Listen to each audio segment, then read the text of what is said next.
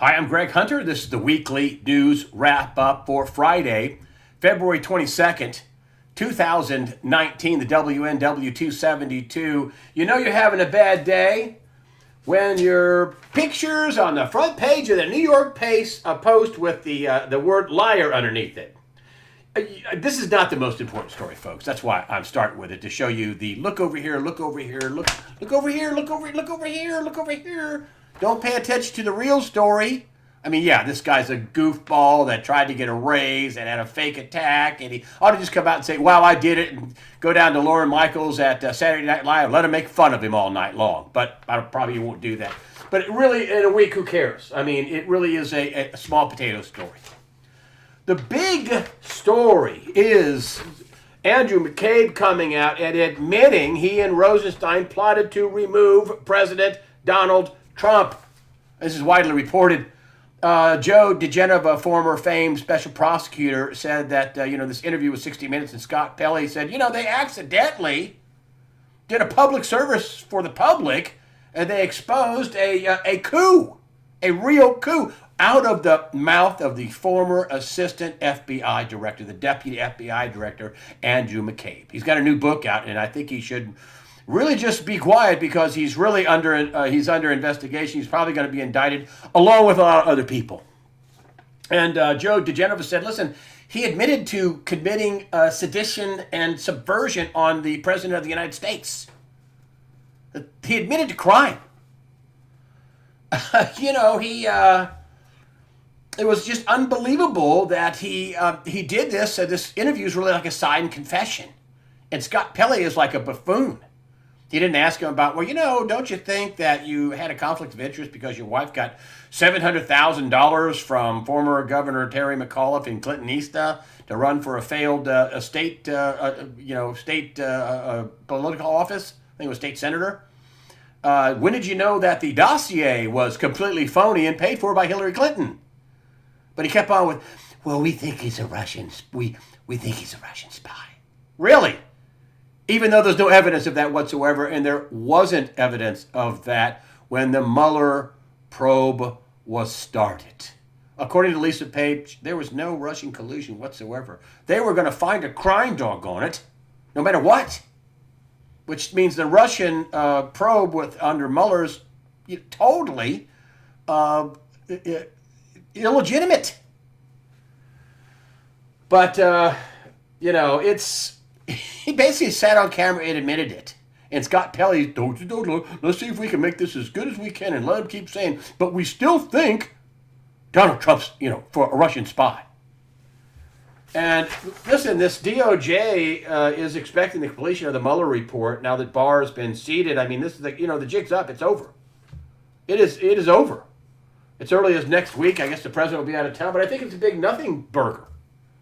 But what really is something is that not only were they trying to use the 25th Amendment to get rid of Donald Trump, which, according to Alan Dershowitz, famed legal mind Alan Dershowitz, it's, that's in case somebody gets sick or pneumonia or, has a terrible fall and is bedridden and can't, complete his duty. It's not for we don't like your politics. We're going to make it out like you're crazy and get rid of you.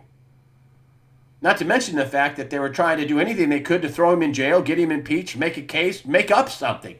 Which is why they had the phony dossier, and they applied for phony FISA warrants to spy on Trump and his administration, basically. And I think there's a lot of people in trouble over this. I mean, why haven't you heard Chief Justice John Roberts at the Supreme Court, who oversees the FISA court, why hasn't he been out there saying, I want everybody who perpetrated a lie on my FISA court, I want them prosecuted? No, not a word. Which I asked the question, is he in on it? Listen, I don't have any information that John Roberts is in on it, but he's awful quiet, being his FISA court, the people that he's supposed to be overseeing, the FISA judges, were basically hoodwinked with phony documents paid for by the opposing candidate and the opposing party, the DNC, which Hillary Clinton took over. And I'll tell you, I mean, this is, and I don't say this lightly, folks. This is why the Smollett thing is stupid. This is the biggest act of sedition, subversion, abuse of power, treason, and yes, I say treason because we are under a war footing. We've been so since just shortly after 9/11, 01. Treason. That we were trying to take out a duly elected president because we don't like his politics, not because he's a Russian spy. And then that was totally bogus, a hoax. They were making it up. But here we have Edward Klein. I had him on as a guest, best-selling author Edward Klein. This has never been refuted. That his sources say that President Obama had a dinner party on December 16th, 2016, little longer than a month after Donald Trump was elected president. So he was president-elect. And they were hatching a plan to unmask people and take down the Trump administration or people around him. And who did they take down first? Lieutenant General Michael Flynn. What a travesty. What a cruel, bogus act to try to make him out like he's some sort of Russian spy and unmasked him. They had a plan to do that. So this is the biggest seditious, treasonous, subvertive act in American political history because it involved all the top players in law enforcement, justice, in the intel agencies, and even the White House, all the way to the president himself. You don't have a dinner party at the White House without the president.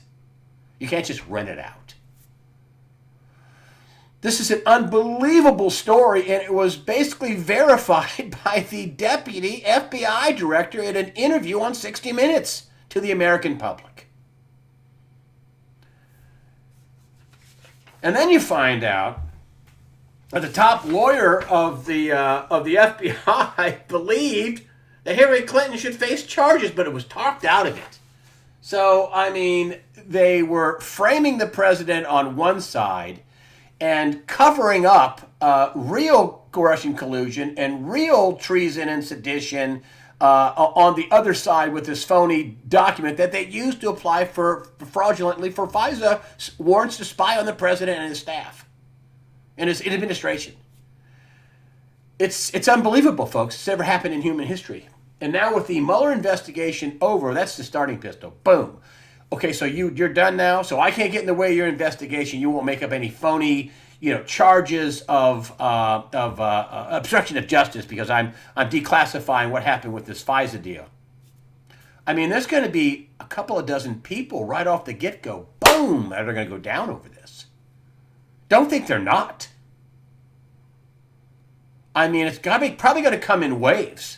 They won't get Hillary and Obama to begin with, but I think they're definitely involved, and they're going to have to answer for what they did. And as Dave Janda says, they're financiers. These are the middle managers, basically. Clinton, Obama, people like that, McCabe, Comey, Strzok, Page. This involved the DNI, Clapper. It involved the head of the CIA, Brennan. I mean, former presidents, former attorney generals. I mean, this is a couple of. This is unbelievable. This is an unbelievable thing, and you know why you haven't heard about it is because of the media leak strategy. That was part of the strategy that they hatched on December 16th, 2016, is to disseminate this information. So what happened? They leaked this awful story out about Michael Flynn, and he had to step down. And he had to plead to some process charge, and they still haven't put him in jail yet. They still haven't executed a sentence on him yet. I mean, they keep putting that off and off and off. And then they find out, well, he didn't really lie. So what are they going to put him in jail for if he didn't really lie? And it was totally, some hatched plan, some failed, a phony frame job, some counterterrorism operation that was totally fraudulent and invented. I mean, this involved foreign spy agencies. That's not what I think. It's a fact. It's on the record. And here we're worrying about some phony MAGA attack, which is awful, but relative to a failed coup and the subversion of our Constitution and our republic, it's pretty small potatoes. So, folks, that's, the media is not covering this because they were part of it. Peter Strzok, the number 2 counterintelligence FBI agent, conversing with a high-ranking attorney, his paramour, his girlfriend, his lover, whatever you want to call her, and that's come out on the record that they had a media leak strategy. That's what they called it, a media leak strategy. And I've said this before, folks. There is no First Amendment protection for you committing sedition and subversion with top people in the FBI and the DOJ. They should have been turning them in, is what they should have been. I mean, he had Michael Isikoff called in, and they gave this bogus information to him, and then when they apply to the FISA court, they say, "Oh, look at this story written by Michael Isikoff. See, it's the circular firing squad of moronic trying to get Trump at all costs." I mean, there was a media leak strategy, folks. And this wasn't just the reporters don't run the show. The managers run the show. This could take down top managers in some of these companies. We'll move on to Argentina. Listen, I don't want war. I don't want anybody to think I'm a war hawk. I'm not. I don't want to see U.S. troops in Venezuela. I don't. But that is a failed state. And those people voted for that. They voted for Chavez. They voted for Maduro. They're eating their zoo animals. It is a failed state.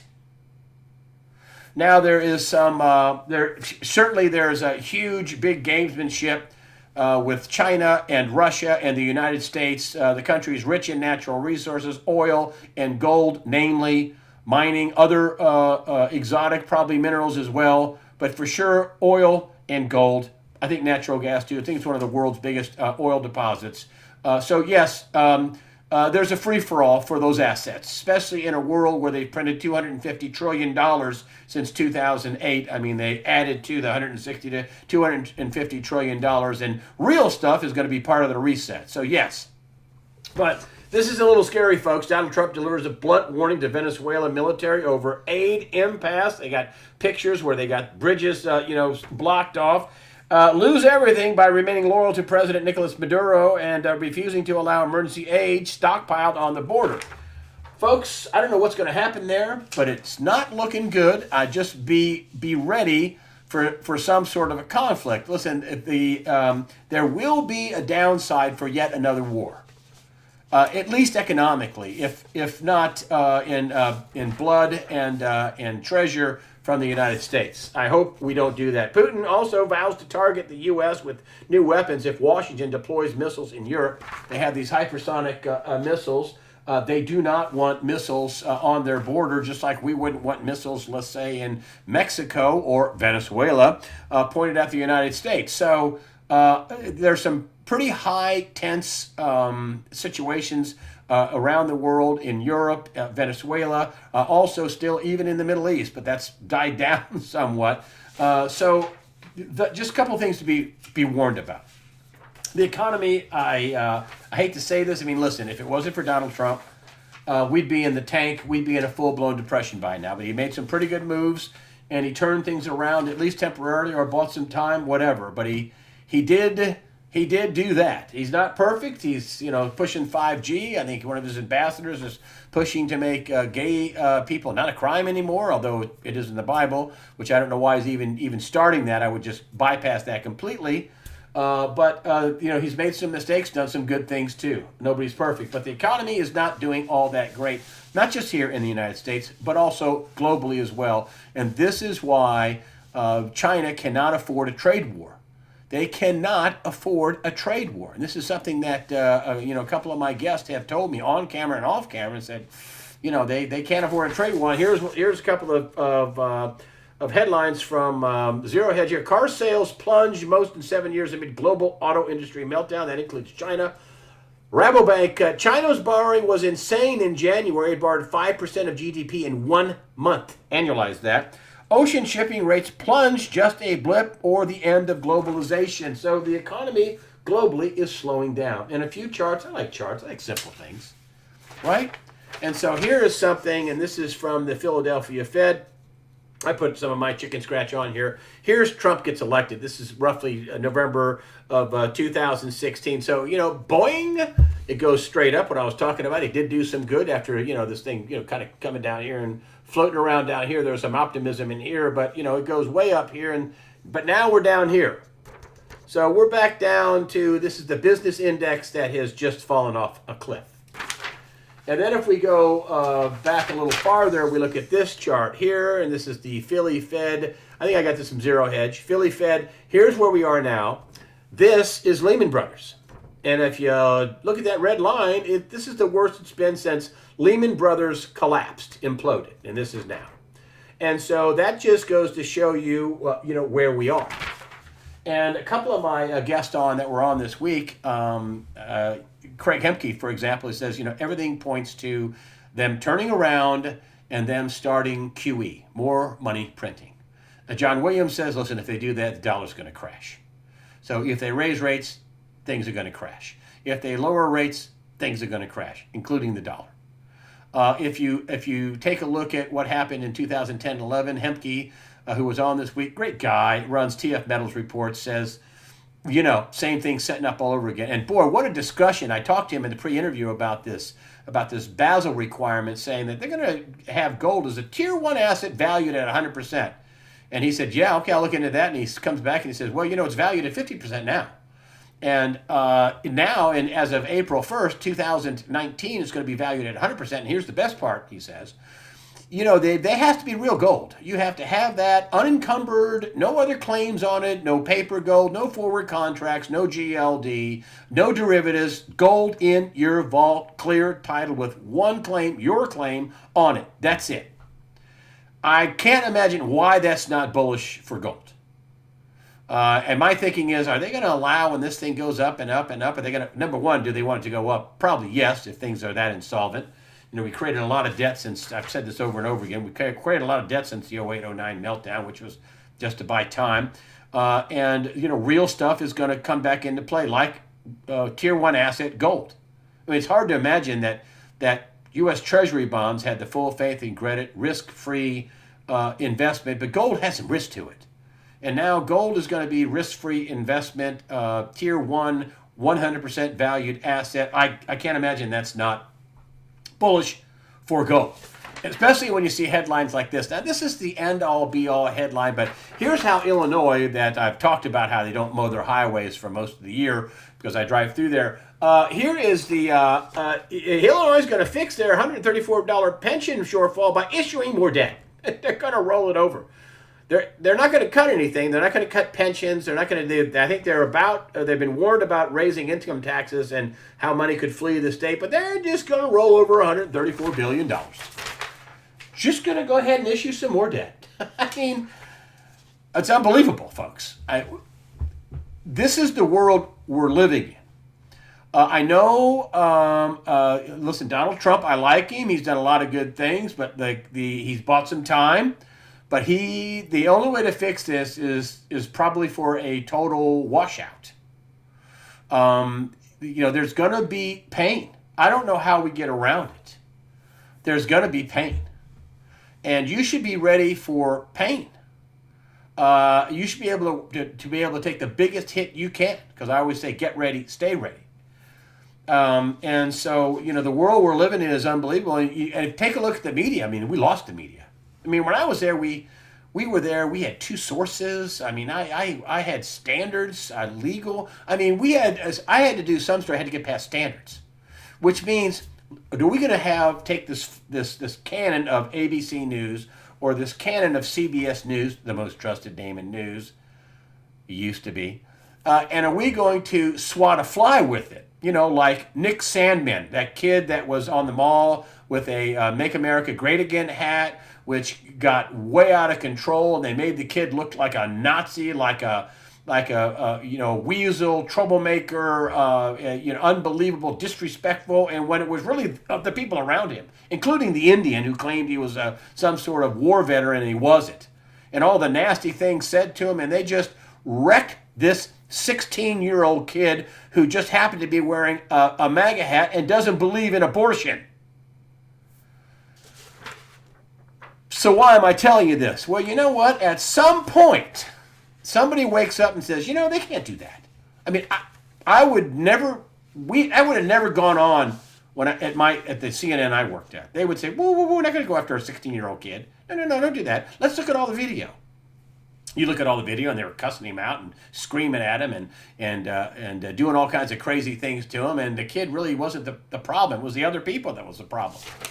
But his attorney is suing his lawyer, filing a $250 million lawsuit against the Washington Post, which is about what Bezos paid for it. And listen, that's the big headline is that's the big headline for today. But the other big headline is there's going to be other mainstream media organizations that will be sued as well, according to his attorney. And he has 2 years to file more lawsuits. And it's not just going to be the Washington Post. It seems to me that it was going to be people like CNN and other big mainstream media. It's one of the people he mentioned. That's other big mainstream media people that wrecked this kid and his friends who were just on 16-year-olds who were just on a little field trip to the nation's capital. And that's the civics lessons they got. That's the media lesson they got. I mean, they're going to, Alan Dershowitz, famed attorney Alan Dershowitz says, they got a pretty good case. I think they're going to likely settle out of court on some of this stuff. I don't know. I mean, they can't hide behind the First Amendment. You can't just destroy somebody unfairly, especially, and he's not a public figure. I mean, until that day, he was just some 16-year-old kid from some Catholic school. I mean, it's unbelievable. Unbelievable travesty in the media business, which is, I guess, why Lara Logan is out. She apparently doesn't work for 60 Minutes anymore. She said that 85% of the media is liberal. That's what they reported. But, she also said, well, I think 14% is just too lazy to register. And there's only about 1%. 1% that's conservative out of 100%.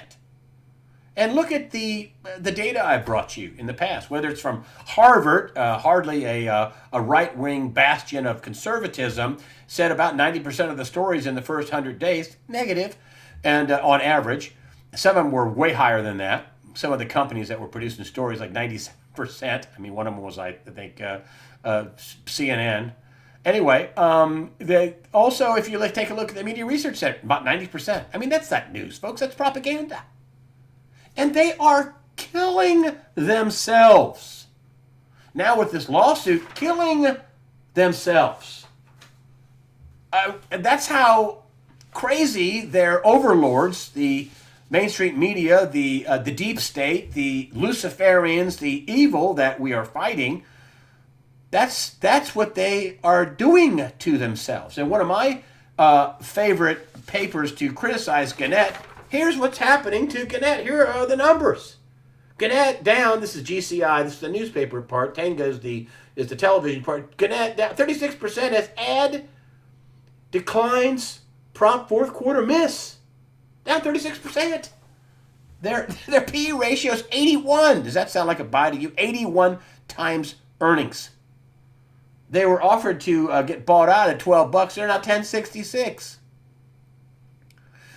And here is what I looked at this and I thought, wow. And my wife said, "Do we still have to buy this?" She's basically the president of the company. I'm just labor. Do we have to buy this? Do we still have to buy this? I said, yep, I want to buy it just to show how ridiculous it is and how ridiculous the porting is. Now, you just saw 36% miss. That means people aren't buying their crappy newspaper. Here's what is, I kid you not, folks, you could not make this up. I don't know where this came from, out of the blue. You saw the kind of news I'm covering. Here is USA Today and all their firepower and journalists and reporters and producers and writers. And here's what they decided was the above the fold blackface parties, KKK, and mock lynchings. What they don't tell you, it's from the 70s and 80s. I mean, Larry Elder weighed in on this, about these old photos and whatever. He says, do you think they're really hanging black people? No. They're making fun of it. It's a parody. Now, are these people guilty of bad taste? Yes, I wouldn't do it. But, as Larry Elder, famous radio talk show host, says, this is a parody. I mean, they're actually making fun of it. They got KKK written on their shirts and they got news of that. Is it bad taste? Yes. Would I do it? No. Were they going around hanging black people? No. But this is what they put on the front. Pictures from 1970s and 80s on the front page of USA Today. Like, America's so racist. I mean, you're covering that. I mean, they're not even covering Smollett. I mean, the Chicago police trashed him already for this paper. They didn't bother covering it. They don't cover anything that gets in the way of the socialism, communism. That's what really socialism is. Just a little pathway, zip, to communism. And loss of your civil rights and loss of your freedoms and loss of your First Amendment rights. I mean, look at Europe. What a mess. They can't speak out about these gang rapes, about these Islamic grooming gangs, about this massive immigration. They can't speak out about anything. They can't talk about it online. They in Germany, France, and the UK. I mean, they've lost their First Amendment rights. Well, they don't have First Amendment Constitution like we do, but they lost their free speech rights. You can't speak out about our crazy New World Order policies that damage everybody and cause young girls to be raped. We can't put anybody in jail. Sweden is terrible. I mean, it's just horrible. In Germany they crack down. Don't you dare talk about somebody being raped by one of these Muslim immigrants. Don't you dare. So I mean, that's the end result of socialism, just like in Venezuela. And of course, the guy that the United States likes is not a socialist. I don't see how he's going to make things much better. Maybe socialism light. I don't know. But I had somebody tell me that they get emails from whitehouse.gov and it ended up in their spam file. People are still telling me their stuff is ending up in spam files. I'm still having things bounce back. I think Hotmail now is I'm on their crap list now. Is bouncing back every time you have to send thank yous and emails out to people, and sometimes they don't get to where they're supposed to go. So make sure you check your spam files. People keep telling me that my stuff from conservative Congress people or conservative sites or whitehouse.gov ends up in the spam file. And so, that's where we are. That's the world we live in today. And I want to talk a little bit about what I say at the end of the show every time. And I say, prepare yourself mentally, physically, and above all, spiritually. Well, you get the mental, you got the physically. Okay, get yourself in good health. Mentally, make sure you're ready for anything. Spiritually, what does that mean? Listen, when I say get yourself ready spiritually, I mean get right with God. Repent. Work on yourself. Read Matthew. Read the words of Christ. Read the Bible. Take listen, I'm a sinner. I'm not any better than you. I'm not a preacher. I'm not a biblical scholar. I'm a sinner. Did I tell you I'm a sinner? I try to read, a page or two of the Bible. Start with Matthew. And, see the red letter stuff. That's where Jesus talks. I mean, try to repent. Try to, set yourself straight. Work on yourself. That's what I mean. Get yourself ready spiritually. So I just wanted to explain that. And listen, I don't like bringing bad news, but I try to bring you the real deal. I try to give you the real what is going on. Did Donald Trump do some good things? Yes. Does he have some huge mammoth problems like all this debt? Yes. And things could go sour and there could be big judgment on America? Yes. Yes. Yes. Everybody thinks, well, we can get just another Supreme Court judge, replace, whoever, Ruth Bader Ginsburg or whoever. He would be able to overturn Roe v. Wade. Woo! Would we have a civil war then? I don't know. That doesn't mean everything will be calmed down. You should be ready for anything. You should be ready for, we just had these crazy governors, Cuomo, basically legalize post-birth abortion. We had the governor of Virginia saying we should just, inject the baby and put a blanket on it and just let the baby die. I don't know why they wouldn't push for adoption, but, they're, nuts. They're evil. Well, we fight as evil. And so, and people ought to be talking out about that in there's what Mark Taylor says. It says, a lot of these preachers are involved in all kinds of drinking and sex and gambling and pedophilia and and adultery and they're doing wrong. So listen, get right with God. That's what that means. So prepare yourself mentally, physically, above all, spiritually. God the Father and His Son, Jesus Christ, and the Holy Spirit are firmly in control.